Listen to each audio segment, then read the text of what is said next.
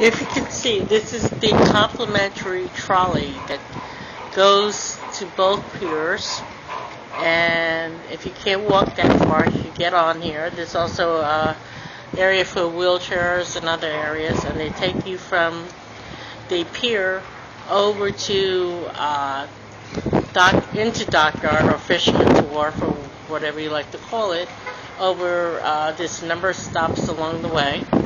There's a stop at the pharmacy. There's a stop that goes around the whole town, and you ask somewhere you want to drop off, and because you can see that, if you can see, it goes from, it's about a quarter-mile walk between where the ship is over to where the ferry terminal is to go to St. George's and to Hamilton, which is the beach area and more, I'm going to say city area, and St. George's is more the historical area, and it takes you around town, and it's free. So, but I highly suggest, if you'd like to hear a lot of the history and stuff and just not take the train, you do one of the local tours of the area.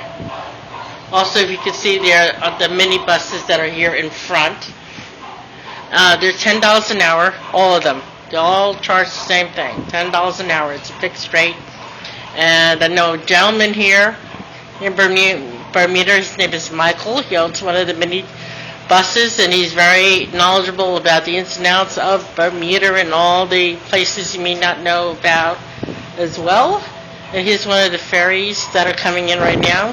I'm not sure if they came in from St. George's or from Hamilton, but that's one of them. And it's about a 20-minute ride around the island to St. George's or to Hamilton, and St. George's is 21 miles long and 2.5 to 3 miles wide.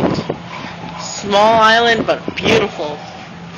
Beautiful, beautiful, beautiful. So I highly recommend it. It is not, I'm going to insult somebody by saying this, so I'll be careful with my words. When you go to the other islands of the Caribbean, which are wonderful, Nelson and I have been there, and they're all party. And I'm going to say Bermuda is more golf and laid back and very, you can't walk around with like a bikini top and wear, that kind of thing. You have to cover up when you're in restaurants and stuff like that. You can have your bathing suit on, but you have to make sure you have your cover-ups on and stuff like that. So they're a little more, I'm going to say, conservative here. Very wonderful people. We love Bermuda.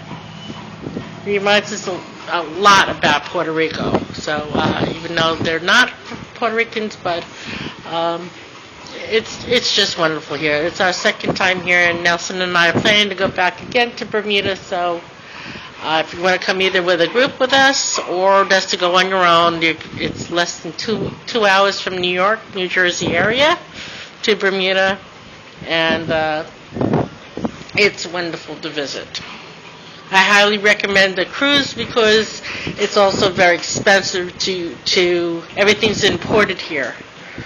They don't have anything that is their own. Everything is either comes from the United States or from England, and they are still, England's still their home country, but they're independent, but they are a commonwealth of the UK, and